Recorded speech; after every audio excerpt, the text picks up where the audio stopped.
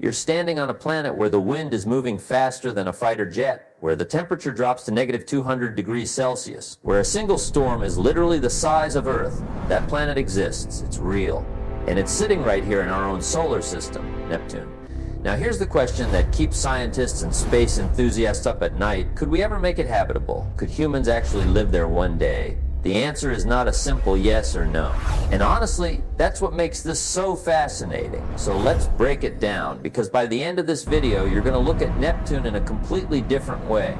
And if you're into space science and questions that genuinely make your brain work, you're in the right place. Hit subscribe, because we do this every week. Before we talk about making Neptune habitable, we need to understand what we're actually up against. Neptune is the 8th planet from the Sun. It sits about 4.5 billion kilometers away. That's 30 times farther than Earth. Sunlight takes 4 hours just to reach it. So the moment you're there, you're already dealing with almost total darkness compared to what we experience here. The atmosphere is made up of roughly 80% hydrogen, 19% helium, and about 1% methane. That methane is actually what gives Neptune its iconic deep blue color. It absorbs red light and reflects blue back. Beautiful to look at from a distance. Deadly to be inside. Surface temperature at the cloud top sits around negative 218 degrees Celsius. That's colder than anything you've ever experienced, colder than liquid nitrogen.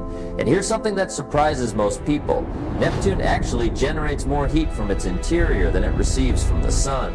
It radiates about 2.6 times more energy than it absorbs from sunlight. Scientists still don't fully understand why. Now the winds. This is where Neptune gets genuinely terrifying. Wind speeds on Neptune reach up to 200 kilometers per hour. For reference, the strongest hurricane ever recorded on Earth peaked at around 345 kilometers per hour. Neptune's winds are 6 times more powerful than that. They approach supersonic speed, faster than the speed of sound in Neptune's atmosphere.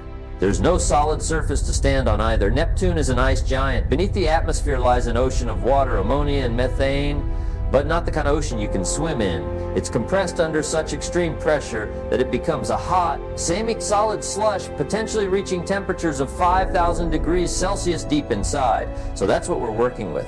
Now let's talk about what it would actually take to make this place livable. No serious scientist is talking about terraforming Neptune the way we talk about Mars. Neptune is in a completely different category, but there are 3 legitimate scientific concepts that researchers and aerospace engineers have genuinely explored. Option 1 is orbital habitats. This is the most realistic near-term concept. Instead of trying to live on or inside Neptune, you build a large rotating space station that orbits it. Rotation creates artificial gravity. The station is shielded from radiation, thermally controlled, and powered by nuclear fission or fusion reactors. Because solar power is essentially useless this far from the sun, the advantages are significant. You get a stable environment, you can control everything inside, and you avoid the extreme conditions of the atmosphere entirely. The challenges are distance.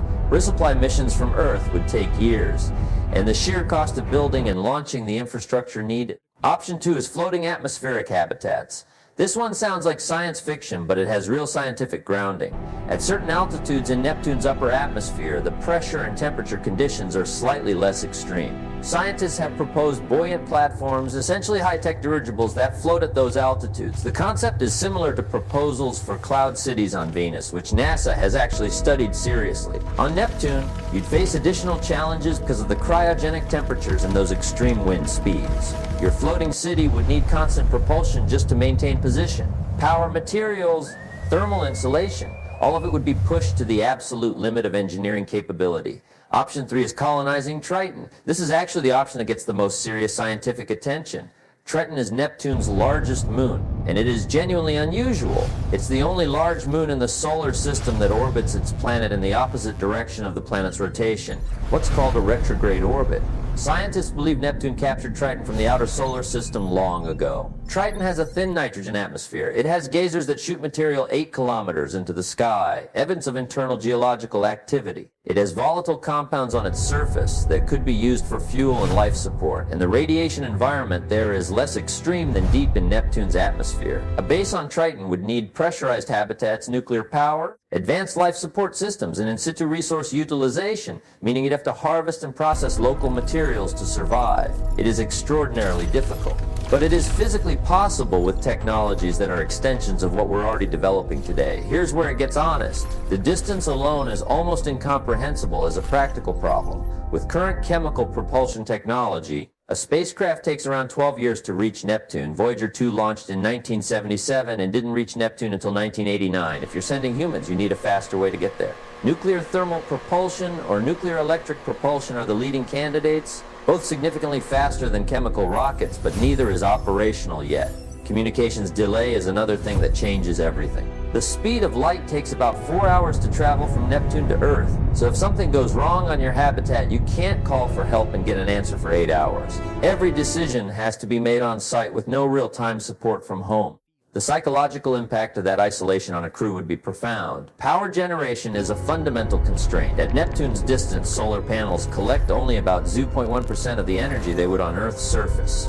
You're essentially dependent on nuclear power entirely. That requires uranium or thorium, which has to be transported from Earth or mined locally. And we don't yet know what's available in the Neptune system in that regard. And then there's the human body. Long-duration spaceflight causes bone density loss, muscle atrophy, vision problems, immune system changes. The further you get from Earth, the less we understand about how the body responds. Mars missions are already pushing the boundary.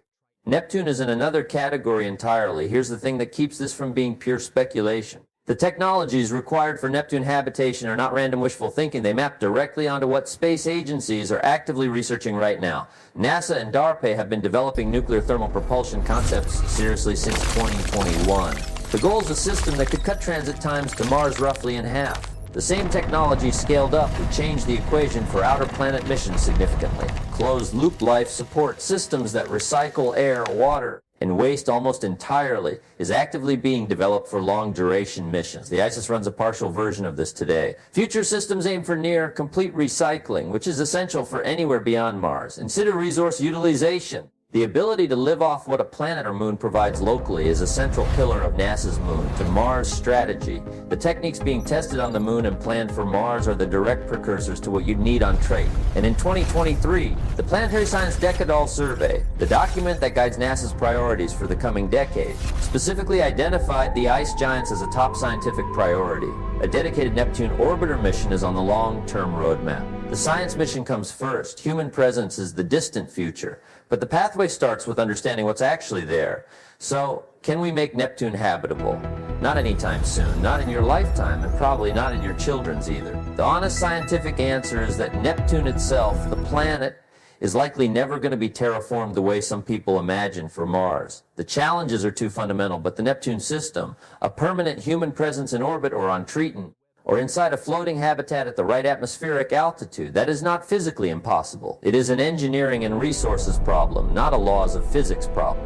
And humanity has a history of solving problems that once seemed completely out of reach. The real question is not whether we can, it's whether we will. If this made you think differently about space and what's actually possible out there, leave a comment below. I read every single one, and if you want more videos like this, where we take the hardest questions in science and actually dig into the real answers, subscribe. New video every week. See you in the next one.